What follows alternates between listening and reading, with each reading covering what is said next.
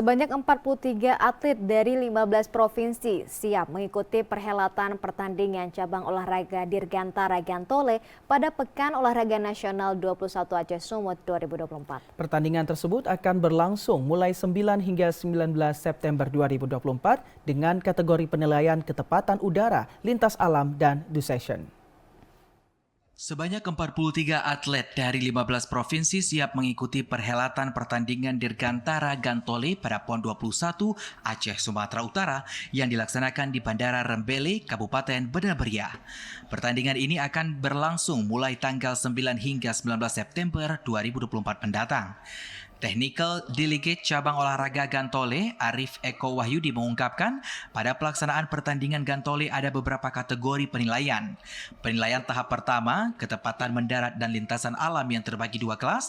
Kelas A yang terdiri dari 15 atlet, sedangkan kelas B terdiri dari 28 atlet.